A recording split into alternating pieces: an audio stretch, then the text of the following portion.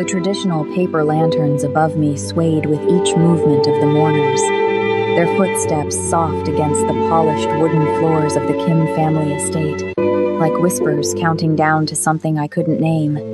I'd been serving tea and rice wine at Korean community events for 3 years now, but I'd never felt the weight of death and cultural distance pressing down on a room quite like this. The air smelled of chrysanthemums. Too many white chrysanthemums. Their sharp, almost medicinal fragrance mixing with incense, smoke, and grief spoken in hushed Korean that I could barely understand. My fingers ached from gripping the lacquered serving tray. I'd been on my feet for 7 hours, weaving through clusters of men in expensive black suits and women in traditional hanbok that probably cost more than my annual rent. They spoke in rapid Korean about the deceased, their voices carrying that particular reverence reserved for the powerful and the feared, a reverence I recognized even without understanding every word. Nomu antakawo. Such a tragedy. An elderly woman whispered near me, jade jewelry gleaming at her throat. Yoonwoo Kim, 36세 juktani. Shimjangmabire. Dead at 36. Heart attack, they say. Her companion replied in Korean, dabbing at dry eyes with an embroidered handkerchief. 그런 사람이 그렇게 갈 줄이야. Who would have thought a man like that? I shouldn't have been listening, even though I barely understood. I was supposed to be invisible. That's what Mrs. Park, my supervisor, had drilled into me during training, her English broken but her meaning crystal clear. Serve, bow if necessary, and disappear. We were ghosts in their world, nothing more. And I was even more invisible than the other servers, the only black face in a sea of Korean mourners, my brown skin making me simultaneously hypervisible and completely unseen. But something about this funeral felt wrong. Maybe it was the way the younger men gathered in tight circles, their eyes constantly scanning the room with military precision. Maybe it was the bulges I'd noticed beneath several suit jackets, guns. I realized with a cold shock, even at a funeral. Or maybe it was the casket itself, positioned at the far end of the ceremonial hall like a sacred centerpiece, surrounded by enough white chrysanthemums to fill an entire Korean flower market. I'd heard whispers about Yoonwoo Kim. Everyone who worked in Koreatown had. He owned half the Korean restaurants and karaoke bars in Los Angeles, they said, though everyone knew that was just the surface. Beneath the legitimate businesses ran rivers of darker enterprise protection money, underground gambling dens, things people like me didn't speak about if we valued our safety. The Kim family had ruled the Korean underworld in LA for 2 generations, and Yoon-woo had been their crown prince, then their king, and now apparently their corpse. I moved through the crowd, offering rice wine to people who took cups without seeing my face. My feet throbbed in the cheap heels I'd bought at a discount store, and I could feel a blister forming on my left heel. The black uniform dress I wore, the only formal thing I owned that seemed appropriate, was starting to cling to my back despite the air conditioning that kept the ceremonial hall at a temperature that probably cost more per hour than I made in a day. Ibayo. Miss. A hand touched my elbow, and I turned to find an elderly Korean woman in traditional black hanbok, her hair in a perfect bun, her eyes like dark stones. She spoke to me in rapid Korean, gesturing sharply toward the casket. I caught only a few words. Guts. Flowers. Shitherda. Wilting. I'm sorry. I began in English. Guts. Flowers, she repeated, more forcefully this time, pointing at the casket. Gochseo. Fix them. Her tone left no room for misunderstanding. I blinked. I'm serving drinks, ma'am. I'm not. Jigum. Now, she commanded. Her voice didn't rise, but something in it, that particular Korean authority that demanded obedience, made my stomach clench. This wasn't a request. I set down my tray on a nearby table and walked toward the casket, my heart hammering against my ribs. The crowd seemed to part around me, and I felt exposed, vulnerable in a way that made my skin prickle. I was suddenly conscious of my outsider status. walking through this sea of Korean mourners toward their fallen king. Some eyes followed me with thinly veiled disapproval. Others looked through me as if I didn't exist. As I approached, I could see the casket more clearly. Lacquered wood with brass handles, the lid open to display the deceased in traditional Korean funeral custom. I'd never seen a dead body before. My grandmother had been cremated after the cancer took her. Her casket closed at the small service I'd barely been able to afford.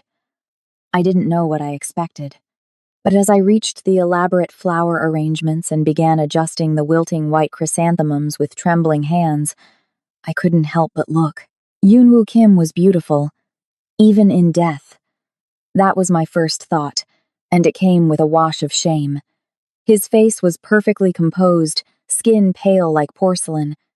Dark hair swept back from a face with sharp angles, high cheekbones, strong jaw, features that looked carved from marble. He wore a black suit that probably cost more than my car back when I'd had a car, before it died and I couldn't afford to fix it. His hands were folded over his chest in traditional repose, and even in stillness, there was something powerful about him, something that whispered of danger and command. My fingers brushed against a chrysanthemum, and a petal fell, drifting down to land on the casket's polished edge. I reached to remove it, leaning closer, and that's when I saw it. His throat moved. It was so slight I thought I'd imagined it.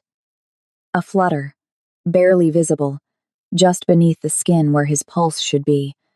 I froze, my hand suspended in midair, staring at his neck. Nothing. No movement.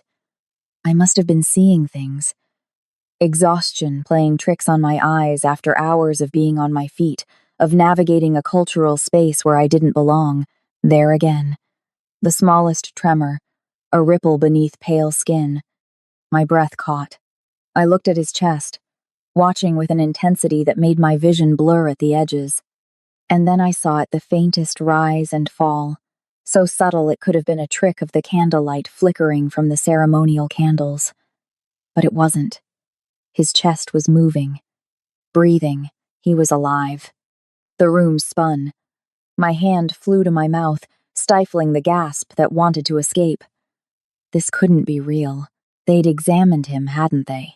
Korean doctors, medical professionals. Someone had to have confirmed his death before this elaborate 3-day funeral ceremony began. But looking at him now, at that barely perceptible movement, I knew with absolute certainty that Yoon-woo Kim was not dead. I should have walked away. Should have told myself I was wrong, that grief and exhaustion and cultural confusion were making me see things that weren't there. Should have remembered that I was just the black waitress, the outsider who didn't understand Korean customs, who had no right to disrupt this sacred ceremony. Instead, I did the stupidest, most reckless thing I'd ever done in my 27 years of life.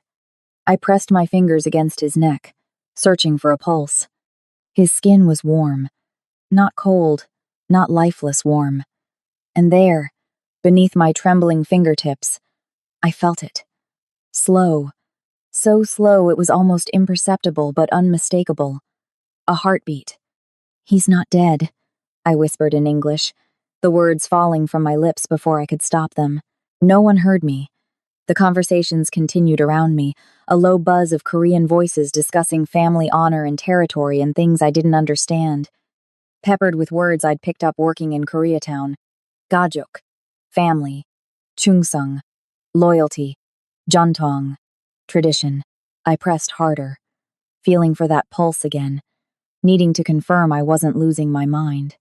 "He's not dead," I said louder this time, my voice cutting through the ceremonial quiet. A few heads turned. I saw confusion flash across Korean faces, then dismissal.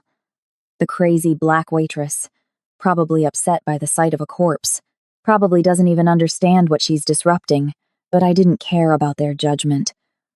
I could feel his heartbeat getting stronger beneath my fingers, as if my touch was somehow calling him back from wherever he'd been. "그는 죽지 않았어요! He's not dead!"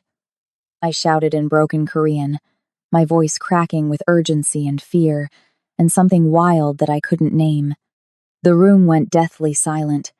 Every eye in the ceremonial hall turned to me, to the black woman with her hands on their dead boss, disrupting their sacred funeral rites. I saw shock ripple through the crowd, then anger, then disbelief. And then I saw fear, real, visceral fear, flash across several faces. Gunyoril Deone! Get her away from him, someone growled in Korean. And suddenly, there were hands on my arms, pulling me back. Multiple voices shouting in Korean words I didn't need translated to understand their fury, but I fought them. Driven by an instinct I didn't understand, reaching for Yoonwoo's hand. Please, you have to listen to me, I pleaded in English, then tried in broken Korean. 그는 살아 있어요. He's alive. I can feel his pulse. 맥박이 있어요. 미쳤어. She's hysterical, a woman declared in Korean. 이 미국 여자가. This American woman. Another voice spat. But I didn't stop fighting, because under my fingers, Yoonwoo Kim's pulse was growing stronger, and then everything changed. If you're hooked on Sophia and Yoonwoo's impossible love story, smash that subscribe button and ring the bell, because the next chapter is going to be insane. Comment below, Team Sophia or Team Tradition. Don't miss what happens next. Their love is about to face its deadliest test yet. See you in the next chapter. Yoonwoo Kim's eyes snapped open, dark, intense, piercing through me like I was the only person in the room. The memorial hall erupted into chaos. Elderly women screamed in Korean about Gijin, ghosts, scrambling backward in terror. Younger men rushed forward, hands diving into jackets, guns materializing faster than I could process. The shouting was deafening, Korean voices overlapping in panic and fury. This is some sick American prank, someone yelled in English, jabbing a finger at me. That black woman did something to him. Through the pandemonium, Yoonwoo's hand shot out with lethal precision, his fingers clamping around my wrist like iron. He spoke one word in Korean, 멈춰, stop, and the entire hall fell silent. His eyes never left mine as he switched to English, his accent slight but his authority absolute. Who are you? My throat closed. I'm just the waitress. Sophia Martinez. Godsmer! Liar. Multiple voices erupted. She's part of this. She must have. Chongi. Silence, Yoonwoo commanded in both Korean and English. He studied me with calculating intensity, my brown skin, my cheap uniform, my trembling hands. How did you know I was alive? The words tumbled out. I saw your throat move. Your chest, it was rising and falling. I couldn't let them bury you alive. Even if I was wrong. Even if I don't understand your customs. He spoke rapidly in Korean to a stern-faced man built like a wall. I caught fragments. 보호해, brought, 증인, witness, 아무도 믿지 마, trust no one. The man, Minho, I heard someone say, began clearing the room in harsh Korean, writing down names. An older man protested angrily, gesturing at me with disgust. 가족일이야! 저 외부인은. This is family business. That outsider. Yoonwoo cut him off in English, deliberately. Someone tried to bury me alive. She saved my life. She stays. When I tried to leave with the filtering crowd, their backward glances full of hatred and suspicion, his grip tightened on my wrist. You're either the woman who saved my life, he said quietly in accented English, his thumb pressing against my racing pulse, or you're part of the conspiracy that nearly ended it. His dark eyes held mine, unblinking. Until I know which, Sophia Martinez, you're not going anywhere. Dr. Lee arrived within 20 minutes, an elderly Korean man in wire-rimmed glasses who took one look at me and frowned. He spoke to Yoonwoo in rapid Korean, no English, not even an attempt while I stood there feeling Yoonwoo's hand still wrapped around mine like a shackle. I should give you space. I tried to pull away. Let the doctor... Stay. Yoonwoo's grip tightened. Not painful, but absolute. Dr. Lee pulled out medical equipment, his movements precise and urgent. He pressed a stethoscope to Yunwoo's chest, checked his pupils, drew blood with hands that trembled slightly. His face grew more alarmed with each test, his Korean becoming faster, more agitated. Isa 선생님, 진정하세요. Doctor, calm down, Yunwoo said, his voice still rough like sandpaper. He turned to me, translating in measured English. Tetrodotoxin, pufferfish poison, used in Korean fugu preparation. My stomach dropped. Someone poisoned you? Someone who knew exactly what they were doing. His jaw tightened as Dr. Lee continued speaking rapidly. The toxin mimics death, slows the heart rate and breathing to almost nothing. The dose was calculated perfectly. I would have been under just long enough for the 3-day funeral rites. And then, I whispered, though I already knew. And then they would have sealed my casket, buried me according to tradition. His dark eyes held mine. I would have woken up 6 feet underground, suffocated in the dark. The room tilted. I'd stopped someone from being buried alive. Actually buried alive. Yunwoo barked orders in Korean, something about toxicology reports, testing everything he'd consumed in the last 48 hours. Dr. Lee nodded frantically, packing his equipment. Then Minho appeared in the doorway, his expression carved from stone. He spoke to Yunwoo in Korean, but his eyes were fixed on me with open suspicion. He wants to know, Yunwoo translated, why an outsider would notice what trained Korean doctors missed. I saw movement. Minho cut me off, speaking directly to me in broken English. Maybe you poison him. Maybe you play hero. Make us trust you. He stepped closer, menacing. Why black woman working Korean funeral? Who sent you? Nobody sent me. I work for the catering company. I've been serving Korean events for 3 years. Pyongyanghaneo. How convenient. Minho sneered. Come on, hey! Enough! Yunwoo snapped in Korean, then switched to English. She's the only one who saw. That raises questions about everyone else, including the Korean doctors who declared me dead, including my own family who accepted it without question. The implication hung heavy in the air. Someone close to him had done this. 24-hour protection. Yunwoo continued in Korean, then English. No one gets near her without my approval. Protection? Panic clawed up my throat. No, I need to go home. I have work tomorrow, 3 shifts.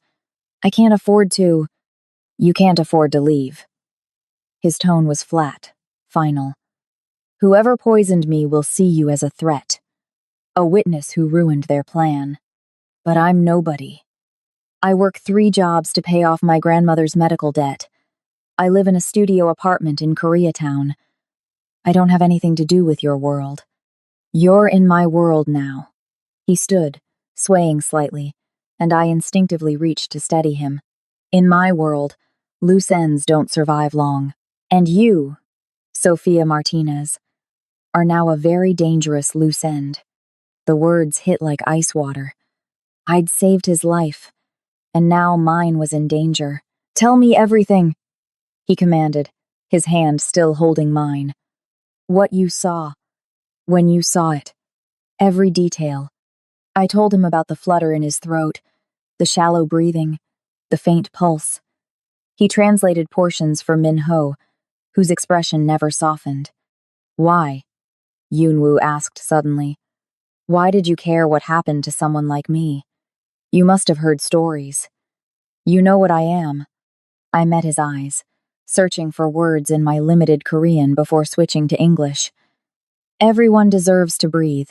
Nobody deserves to be buried alive, regardless of who they are or what they've done, regardless of what language they speak or what world they come from. Something shifted in his face. Surprise flickered across those dark eyes, maybe recognition of something he hadn't expected to find. You'll stay here, he said in careful English. At the estate, under my protection. I'll triple your monthly income. Pay off your grandmother's medical debt entirely. You can't just... I need you to help me find who did this. You notice what others miss. You're not bound by our cultural expectations, by the blindness that comes from being inside this world. He stepped closer. And, more importantly, you're the only person in this entire organization I know didn't try to kill me. Minho's phone buzzed. He answered in Korean, his face darkening with each word. When he hung up, he spoke rapidly to Yoon-woo. Yoon-woo's grip on my hand became painful. What? I asked. What did he say? He turned to me, and for the first time, I saw something like fear in his eyes. The catering company that hired you, the one you've worked for 3 years. His voice was deadly quiet. It doesn't exist. Never did. The floor dropped out from under me. That's impossible. I've been working for a front company. Someone's front company.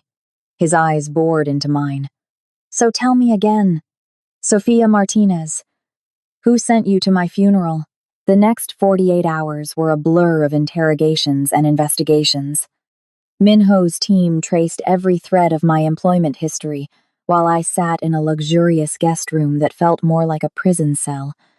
Guards stationed outside my door. On the second day, Yoon-woo appeared with news that should have relieved me but somehow made everything more complicated. You're clear, he said in English, settling into the chair across from me. The catering company was a front, yes, but it was legitimate, used by multiple Korean businesses to hire temporary staff without paperwork complications. You were hired through a temp agency 3 years ago. Every job, every event, every payment, all verified. Then why? Because someone knew you'd be at my funeral. His jaw tightened. They knew you worked Korean events.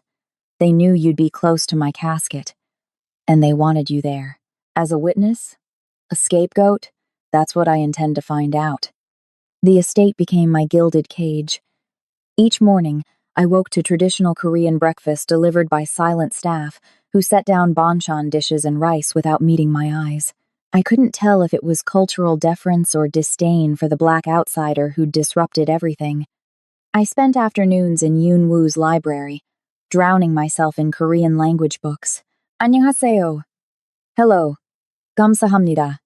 Thank you. 도와주세요. Help me. The last one felt most relevant. I walked the gardens under the watchful eyes of guards who spoke no English, their hands never far from their weapons. Dinners were torture, sitting in the formal dining room with Yoon-woo, his elegant younger sister Soo-jin, and occasionally Min-ho, listening to rapid Korean conversations about territory disputes and business alliances I barely understood. Yoon-woo would pause occasionally, translating key points into English, his dark eyes always finding mine across the table. He was everywhere, even when he wasn't. I felt him in the guards stationed outside my door at night. In the Korean hanbok that appeared in my closet alongside Western clothes, someone had measured me perfectly. In the coffee that arrived each morning, prepared exactly how I liked it, though I'd never told anyone. 2 creams, no sugar. Be careful, Soo-jin told me one afternoon, her English flawless and Princeton educated.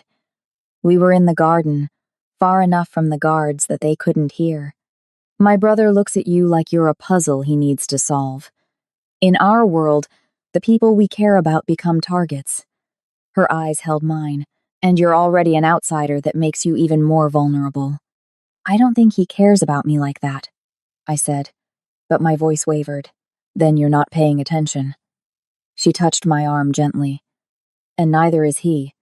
That's what makes this dangerous. On the 6th morning, raised voices in Korean woke me before dawn. I crept to the staircase in my silk pajamas, following the sound to Yoon-woo's office. Through the partially open door, I saw an impeccably dressed Korean woman, late 20s, designer suit, face sharp with fury. She was arguing with Yoon-woo in rapid Korean, her gestures cutting the air like knives. Then she switched to English, clearly for emphasis. She's either a planted conspirator or a dangerous distraction.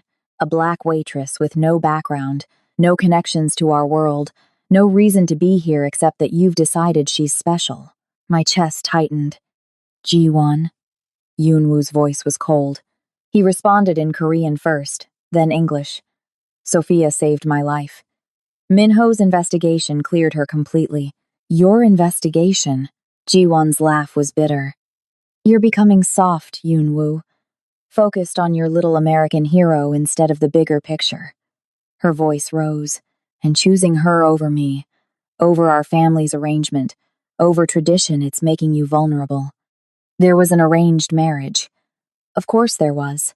Yoon-woo's response was quiet, but it carried the weight of finality. The arrangement between our families ended when I modernized our operations. What I want now is my choice, not traditions. Choice? Ji-won's voice cracked. I can see it in how you look at her, Yoon-woo. Like she matters more than family honor, more than everything we built together. He didn't deny it.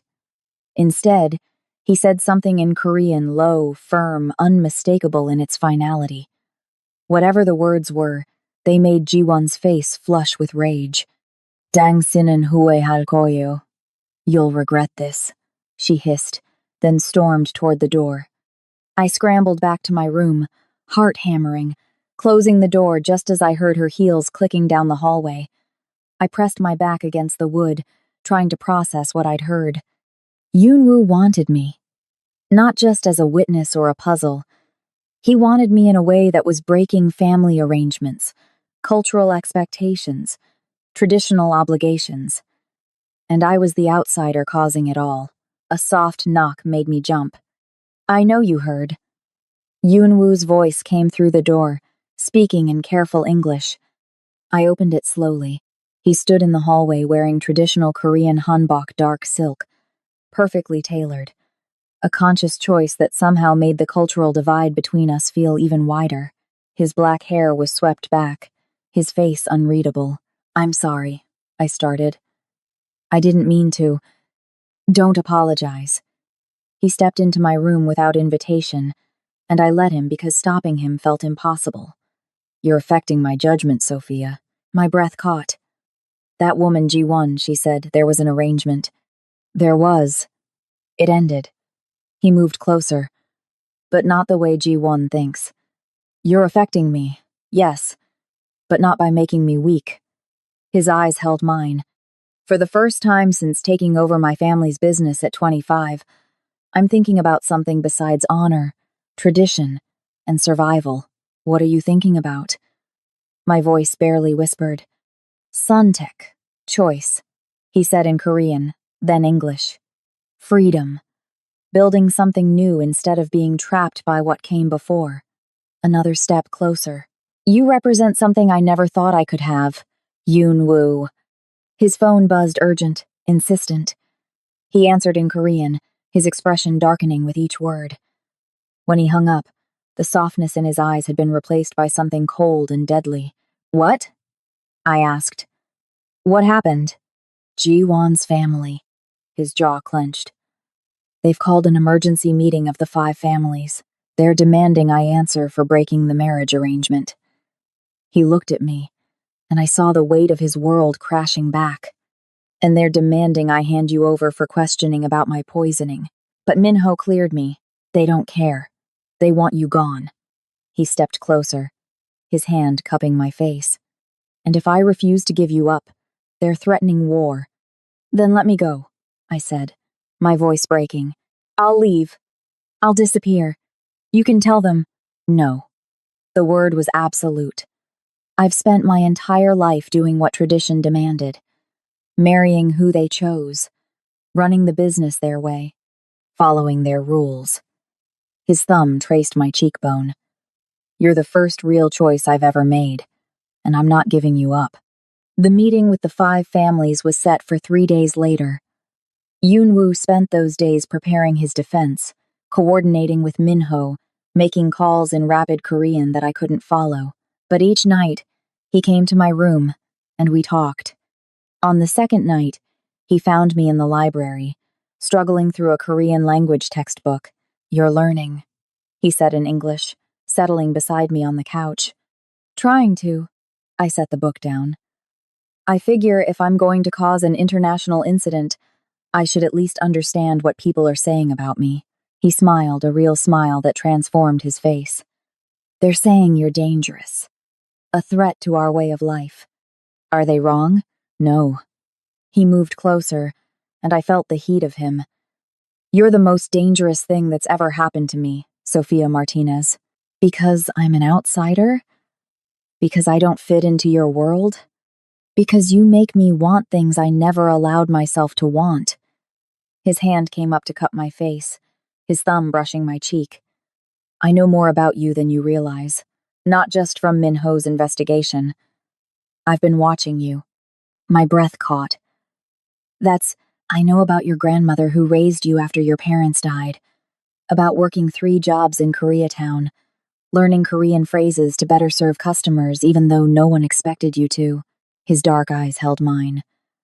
About the Maya Angelou poetry book you read when you think no one's watching, about the nightmares I hear through these walls, about caskets, about being buried alive. You had no right.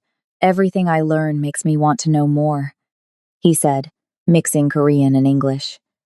You represent something I never thought I could have. Chayu freedom. From tradition's expectations. My back hit the bookshelf as I retreated. This is crazy. You're a Korean mafia boss. I'm a black waitress who barely speaks your language. Your family clearly disapproves. This can't work. He braced his hands on either side of me, caging me in without touching. Tell me you don't feel this connection between us, and I'll back away. I'll keep you safe, protected, but at a distance as tradition would demand. His voice dropped. But if you can't say that, Sophia, if there's even a part of you that feels what I feel, then stop running from it. I couldn't speak. Couldn't deny the magnetic pull despite every logical reason. It was impossible the way my pulse jumped when he entered a room. The way I'd been studying Korean desperately to understand him better, the dangerous dreams I'd been having that had nothing to do with caskets. I'm scared, I finally whispered. Scared of your world.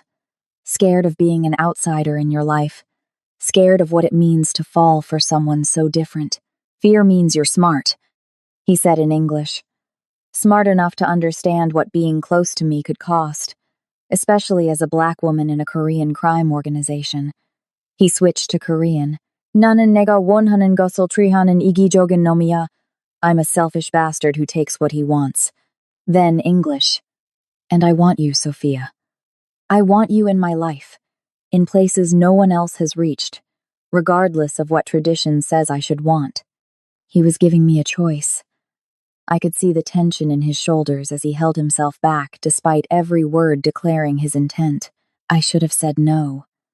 Should have protected myself from the inevitable pain of being rejected by his world. Instead, I closed the distance and kissed him. The kiss was electric. Devastating, Yun-woo.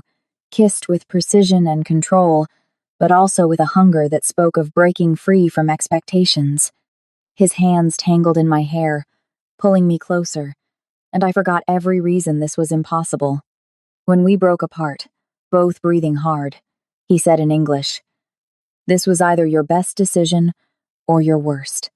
Time will tell." His thumb traced my swollen lips. "But you're mine now, Sophia, and I protect what's mine with everything I have." Minho's sharp knock shattered the moment. His urgent Korean indicated a situation requiring immediate attention. "Stay here," Yun-woo ordered in English.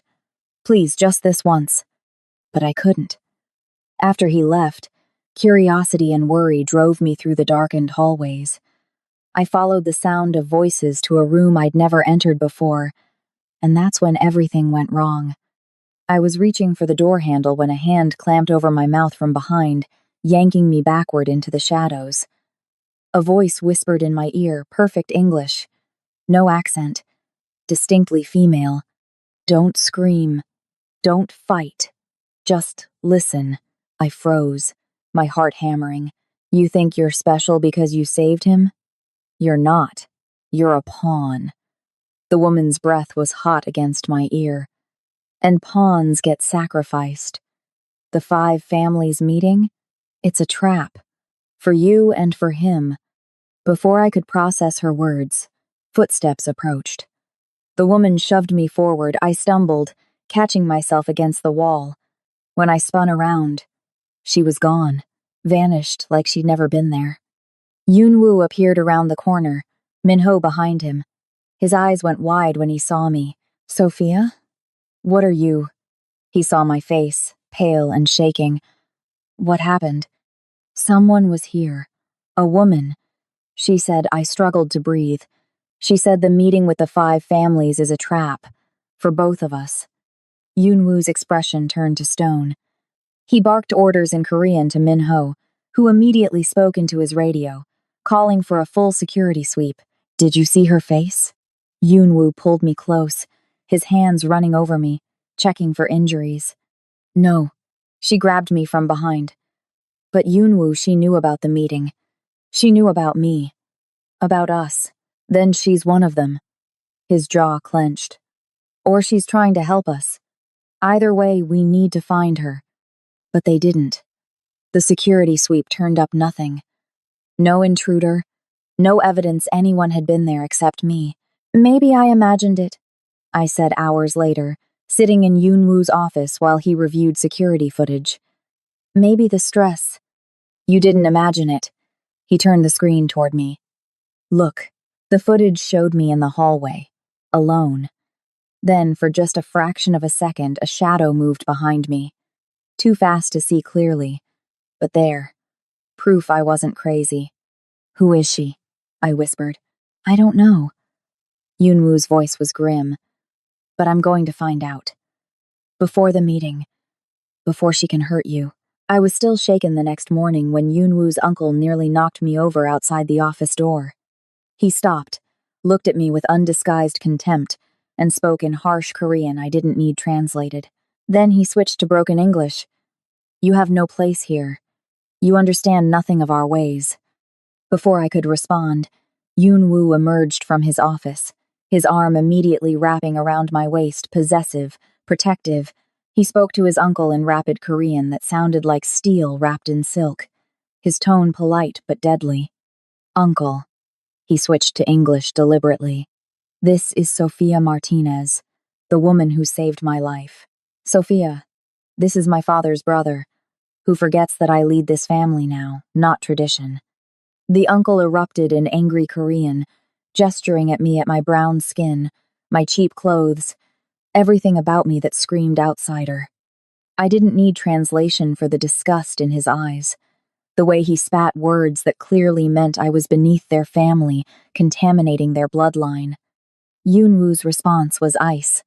He spoke in Korean first, his voice dropping to a register that made even me shiver, then English. Leave my house. Don't return until you're prepared to show respect to the people I choose to protect. His grip on my waist tightened. My father's way nearly got me killed by following blind tradition. I won't make the same mistake. The uncle left with a string of Korean curses I didn't need translated, slamming the door hard enough to rattle the walls. I'm sorry. Yunwoo started. Don't. I pulled away gently. I'm not a prisoner. I don't need to apologize for walking through a house I'm living in, even if your family thinks I don't belong here. Something flickered in his eyes, surprise. Maybe respect. Come. Soju hanjan haja. Let's have a drink. In his office, he poured traditional soju into small glasses. The liquor burned going down, but I welcomed the fire. How do you live like this? I asked. Constant suspicion, betrayal, the weight of family expectations crushing you. He was quiet for a moment, occasionally dropping into Korean when emotion made his English falter.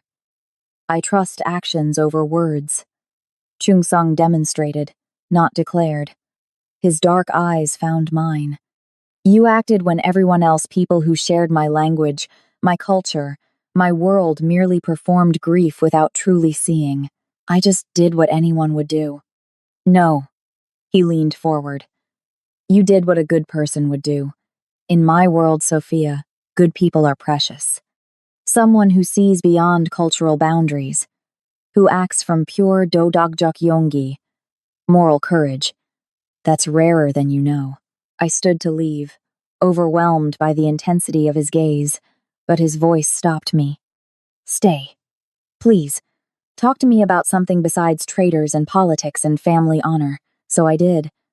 We talked for hours, him in mixed Korean and English, about inheriting his father's empire at 25, about mistakes made following tradition blindly, about the crushing loneliness of power when you're expected to marry for alliance rather than love.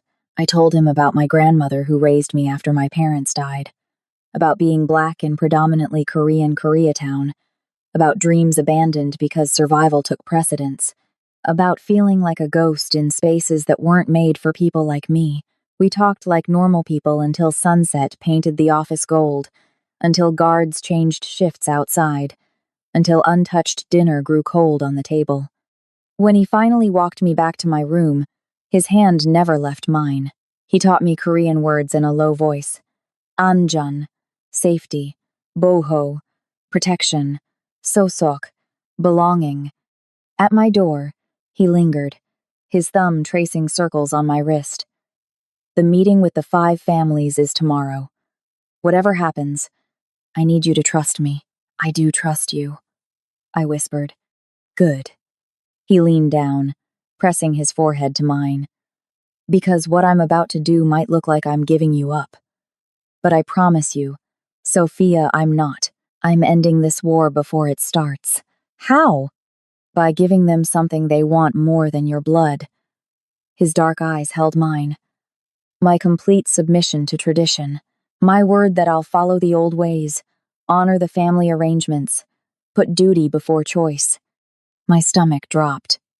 You mean G1. You're going to agree to marry her. I'm going to let them think I will. He cupped my face with both hands. Trust me. Midojo. Trust me. This is the only way to keep you safe. Before I could respond, his phone buzzed. He checked it, and his face went white. What? I asked, fear clawing at my throat. Minho found her. The woman who warned you. His voice was tight. Sophia, you need to see this. He turned his phone screen toward me. The photo showed a Korean woman, mid-20s, beautiful, and wearing my exact catering uniform from the funeral. Is that the impersonator, the one G1 hired to frame you? His jaw clenched. She's been in the house this whole time, working as staff, watching us. The shouting woke me at dawn the next morning, Korean voices raised in rage and terror, shaking the windows. I threw on silk pajamas and ran downstairs, my heart pounding. Minho had a bleeding Korean man pinned against the wall by his collar. Yoon-woo stood before them in traditional hanbok. He must have been at some early morning ceremony, his face carved from ice and fury. Marhae, speak, Yoon-woo commanded, then switched to English, his eyes finding me on the stairs. Tell Sofia Martinez exactly what your family did. The man was middle-aged, expensive suit torn, blood running from his nose. He spoke in broken English mixed with panicked Korean. My niece Jiwon Park, she was the one who poisoned Yoon-woo-si. She want marry him, unite families in traditional way, but he refuse her. His voice cracked. He choose modern business over traditional alliance.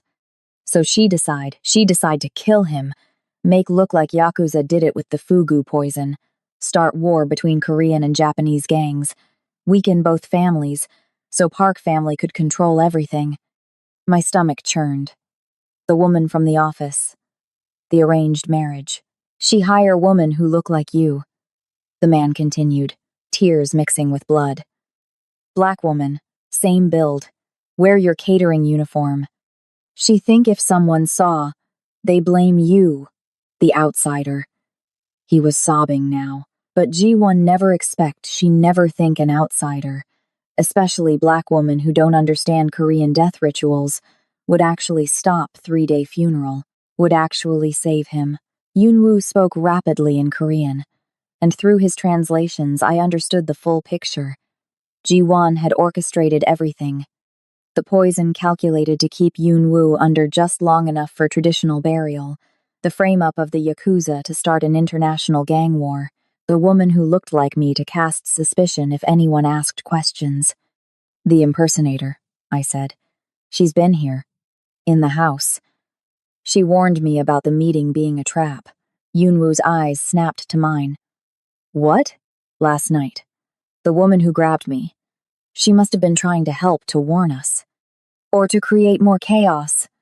His expression darkened. Where is she? He demanded of the uncle. Where is Ji-won hiding? She run when she hear you alive. I don't know. Yunwoo pulled a gun from beneath his hanbok and pressed it to the man's temple. He spoke in Korean too rapid for me to follow, but I understood the tone. Cold, merciless, final. Appa. Sujin's voice cut through the violence from the doorway. Not in front of Sophia. Yunwoo's eyes met mine, and I saw him waiting for me to run, to scream, to reject him, to see him as the monster he really was, gun in hand and murder in his eyes. The door started to close as Minho dragged the pleading man away. I should have run. Should have demanded to leave this world of violence and blood. Instead, I crossed the room and gently took the gun from Yunwoo's hand, setting it carefully on the table. I understand who you are, I said in English, meeting his eyes. But I also know what you've been to me, how you make me feel seen, valued, like I belong somewhere for the first time since my grandmother died. He kissed me, then desperate, fierce, like a drowning man finding air. When he pulled back, he spoke in Korean first. Sarangheo, Sophia Martinez. Then English. I love you. I know it's too soon. I know it's insane. I know my family will fight this. But I love you. Nado saranghae. I love you too, I whispered in halting Korean, then English. God help me, but I do. 3 hours later, they found Ji-won hiding in a safe house in Koreatown. Yunwoo left with Minho and a team of armed men, his kiss lingering on my lips, his promise to return echoing in my ears. I paced the estate, unable to understand the Korean updates crackling through the radio Minho had left behind. Every burst of static felt like a countdown to something terrible. Sujin found me at sunset, carrying traditional Korean tea, her face drawn with worry. Appa always comes back, she said gently in English, pressing the warm cup into my hands. You should know love doesn't weaken him like Uncle thinks. It gives him something to protect. That makes him more dangerous than ever. Then why do you look so worried? She was quiet for a long moment. Because there will be consequences for choosing you, for breaking tradition this way. Our family will resist. Other families will see you as his weakness, as the outsider who corrupted him. Her eyes held mine. You need to decide if you're strong enough for this, Sophia. For what's coming. What's coming? Before she could answer, the radio crackled to life-urgent Korean, Minho's voice tight with something that sounded like panic. Sujin's face went white. Ani, no, she whispered. What? What did he say? She looked at me, and I saw real fear in her eyes. Ji-won's dead. But before she died, she sent a message to all 5 families. Sujin's voice shook. She told them that you and Yunwoo are lovers, that he's breaking sacred tradition for a black outsider, that he's weak. So the 5 families just voted. Her hands trembled. They've declared Yunwoo unfit to lead, and they've put a price on your head, $5 million to whoever kills the woman who corrupted their king. When Yunwoo finally appeared in my doorway hours later, there was blood splattered across his white hanbok. I ran to him, my hands frantically searching his chest, his arms, his face. 어디 다쳤어요? Where are you hurt? I asked in panicked Korean, then English. Tell me where you're hurt. Not my blood. His voice was exhausted, hollow. Ji-won tried to run, pulled a gun on Minho. He switched to Korean, then back to English. I'm sorry you have to see this side of my world. The violence, the blood, I kissed him, cutting off his apology. I'm choosing all of you, I said fiercely. The Korean crime lord and the man who brings me coffee. The traditional and the modern. The good and the terrible and everything between. I pulled back to meet his eyes. Stop apologizing for being who you are. Something broke in his expression. He lifted me, carrying me to the bed, his voice rough with emotion. I need you. Noga pyohe.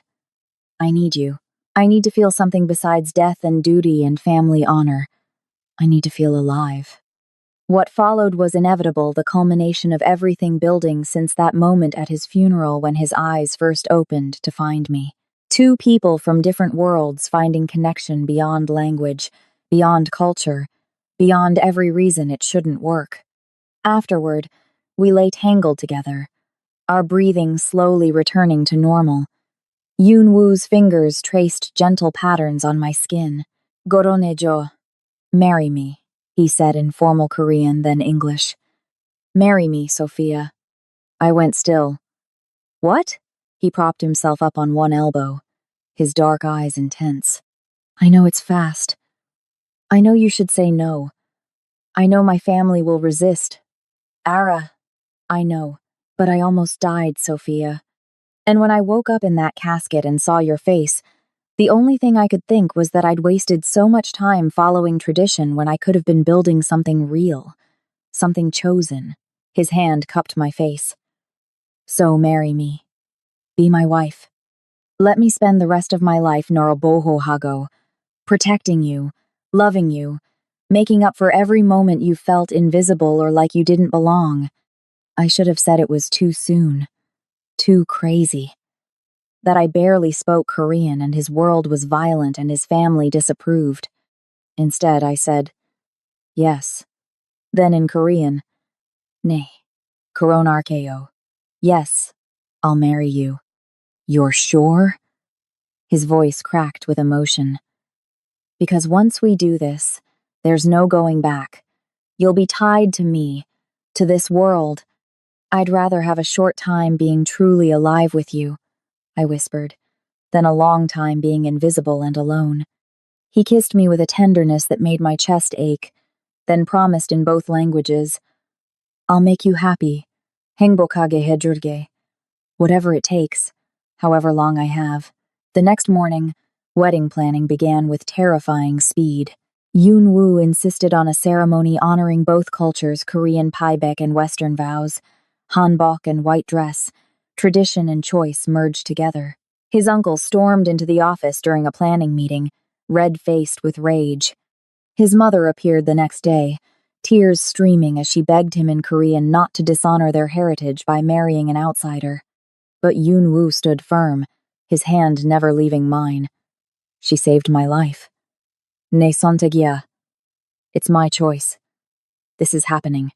2 weeks before the ceremony, I was in the garden with Sujin choosing flowers when Minho's voice crackled through her radio.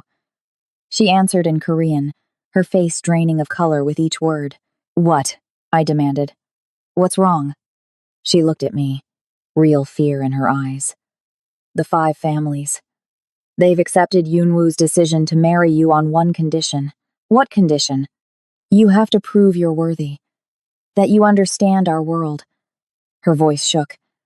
They've given you a test, Sophia. One test to prove you belong. What kind of test? The woman who impersonated you, the one Ji-won hired. Sujin's hands trembled. They found her. She's being held at the Park family compound. She met my eyes. And they're demanding that you be the one to execute her, in front of all 5 families, to prove your loyalty. My blood ran cold. They want me to kill someone? If you refuse, they'll consider it weakness. They'll vote to exile Yoon Woo, strip him of his position. She grabbed my shoulders, and the bounty on your head becomes permanent. Every assassin in 3 states hunting you, and if I do it, then you become one of us. Untouchable. Protected. Her voice dropped to a whisper. But Sophia, can you live with that? Can you become a killer to save the man you love? I didn't have to answer. Yoon Woo appeared like a shadow, his face dark with fury. No, he said in Korean and English. They don't test my wife. That night, he went to the park compound alone. When he returned hours later, blood on his hands, he told me simply, it's done. She's dead. and the 5 families have their answer. No one manipulates what's mine. 3 weeks later, I stood in a traditional Korean hanbok, vibrant crimson and gold that made my skin glow, preparing for the paibak ceremony. My hands shook as Sujin adjusted my hair. "You're about to bow to people who hate you," she whispered. "Ready?" "No, but let's do it anyway." The traditional ceremony was brutal. I knelt before Yoon-woo's family members one by one, offering them dates and chestnuts in silk pouches, bowing with the precise angles Sujin had drilled into me. Some accepted with stiff reluctance. Others wept openly, whether from joy or shame at this breach of tradition. I couldn't tell. Yoon-woo's mother took my offering with trembling hands and said something in Korean I didn't catch. Yoon-woo translated quietly. "She says you have kind eyes, like her sister who died young." It wasn't acceptance, but it was something. Then came the Western ceremony in the garden.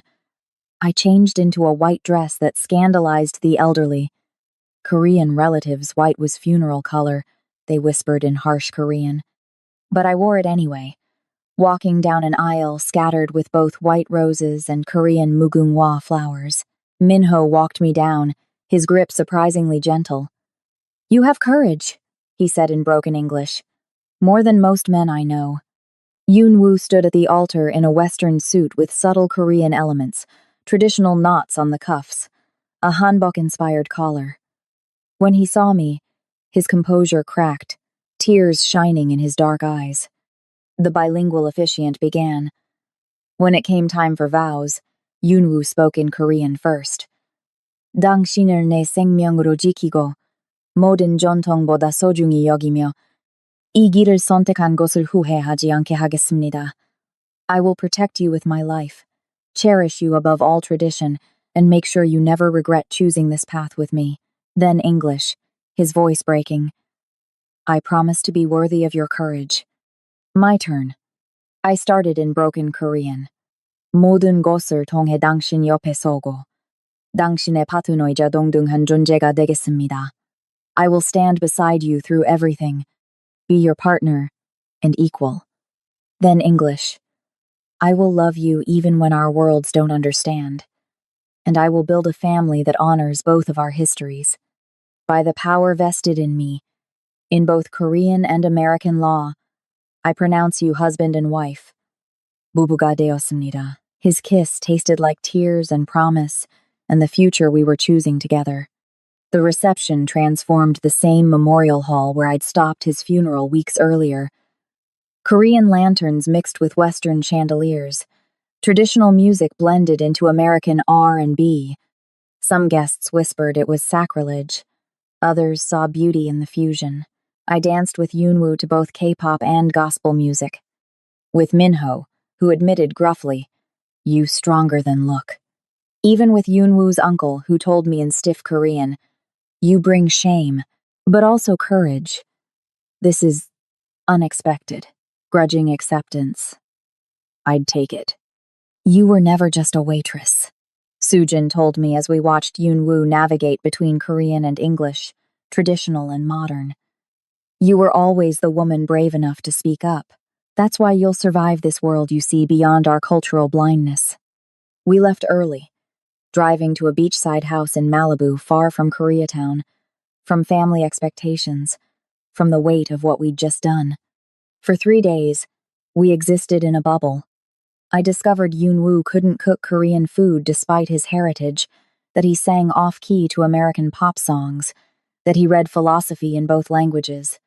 He learned I sang gospel in the shower, read Maya Angelou poetry, that I was terrified and exhilarated in equal measure. On the 3rd morning, I woke to find Yoon-woo on the phone speaking urgent Korean. His face was pale. "무슨 What's wrong?" I asked. He hung up slowly. That was Minho, Jiwon's family, the Parks. His voice was hollow. "They've just declared formal war against us. Blood vendetta for Jiwon's death. But she tried to kill you." "Doesn't matter. In traditional Korean honor codes, family comes first." He pulled me close. "They're coming for us, Sophia. All of us. And they're starting with you, the outsider who corrupted me, who caused all of this. When? His phone buzzed with a text. He looked at it, and his face went white. Now. They're coming now. He grabbed my hand, pulling me toward the door. Minho says they've found the beach house. We have maybe 5 minutes before. The window exploded inward in a shower of glass. Armed men in black poured through, shouting in Korean. Yoon-woo shoved me behind him, reaching for a gun I didn't know he'd hidden. "Run!" he shouted. "Sophia, run!" But there was nowhere to run. We were surrounded. The Park family attack at the beach house ended in blood, 3 of their men dead. Yoon-woo shot in the shoulder, me with glass cuts across my arms. Minho arrived with reinforcements just in time. The war that followed lasted 2 brutal months before the other families forced a truce. The price? Public humiliation. I had to stand before the 5 families and bow in apology not for saving Yoon-woo's life, but for causing discord. I did it, my knees on cold marble, while Korean voices whispered that I was Changya, or Webuin, outsider. Komdungi, the N-word in Korean. Yoon-woo's hand never left my shoulder. "You bow to no one after this," he promised in English. Never again. The months that followed were brutal. I attended dinners where families refused to acknowledge me, where women whispered in Korean loud enough for me to hear as my language skills improved that I was clearly Yoon-woo's bedmate but never his true wife. I smiled through racism, wrapped in cultural superiority, through contempt disguised as tradition, but I found my place. Working with Soojin on the legitimate businesses, I used my years in Koreatown service to bridge Korean operations with American markets. I made our restaurants accessible to non-Korean customers while maintaining authenticity. Profits jumped 40% in 6 months. "You're making us stronger," Yoon-woo told me in Korean during a business meeting. No longer translating for me, I understood now. "Without making us crueler." That's rare. I changed how they did business. Changed him too. He smiled more genuinely, laughed with real joy, found balance between heritage and innovation. Other families noticed. Grudging respect replaced open contempt. 1 year after our wedding, I woke to Yoon-woo kissing my shoulder. His hand spread possessively over my stomach. "You've been sick in the mornings," he murmured in Korean, falling asleep before dinner. "Imsinasa? Are you pregnant?" The realization hit me like lightning. Oh, Hananim. Oh, God. Dr. Lee confirmed it 8 weeks along. Healthy, carrying Yoon-woo's child. Driving home, Yoon-woo pulled over suddenly, tears streaming down his face. "I never thought I'd have this," he confessed in Korean, then English. "A wife I chose for love. A child who'll be both Korean and black. A family built on something besides tradition and obligation." He touched my stomach reverently. "You gave me freedom. Sophia, you gave me everything." "우리 함께 만들어가요. We'll build it together," I promised in Korean. Min Seo Kim was born on a spring morning. Yoon-woo's dark eyes, my rich brown skin, a beautiful blend of both worlds. The extended family's reaction was mixed. Yoon-woo's mother wept with joy. His uncle left without holding her. But as I held our daughter, Yoon-woo's finger caught in her tiny fist, I marveled at the impossible journey. "She's perfect," Yoon-woo whispered. "우리 딸, our daughter." "She's ours," I corrected, kissing him softly. The road ahead wouldn't be easy, raising a biracial child in a Korean crime family, navigating identity and belonging in a world that often demanded you choose. But looking at my family, I knew we'd face it together. Sometimes the best things in life come from the most impossible moments. From stopping a funeral to save a man who was supposed to be dead. From taking a chance on love that transcends race and culture. From a black waitress and a Korean crime lord who found each other across every barrier the world put between them. From invisible to indispensable. From outsider to the heart of a family. From a woman who saved a stranger's life to a woman who built an entire future with him. I wouldn't change a single moment. 6 months later, Minho burst into our home, his face ashen. "Boss," he said in Korean, then English for my benefit. "We have a problem. A big one." "What kind of problem?" Yunwoo asked, Minso sleeping peacefully in his arms. "Remember the impersonator? The one I killed?" Minho's voice shook. Jiwon's mother just resurfaced from hiding, and she brought proof photos, documents, DNA evidence. Proof of what? That the woman I killed wasn't the impersonator. Minho pulled out his phone, showing us a photo. My blood ran cold. It was my face. But not me. The real impersonator, alive and well. She's been working with Jiwon's mother this whole time, Minho said. And boss, she's not just pretending to be Sophia anymore. She's been studying her, becoming her, learning everything about her. Yunwoo's arms tightened around our daughter. Why? Because Jiwon's mother wants revenge, and she's going to get it by destroying the one thing you love most. Minho's voice dropped to a whisper. She's going to replace Sophia, and by the time you realize it's not really her, it'll be too late.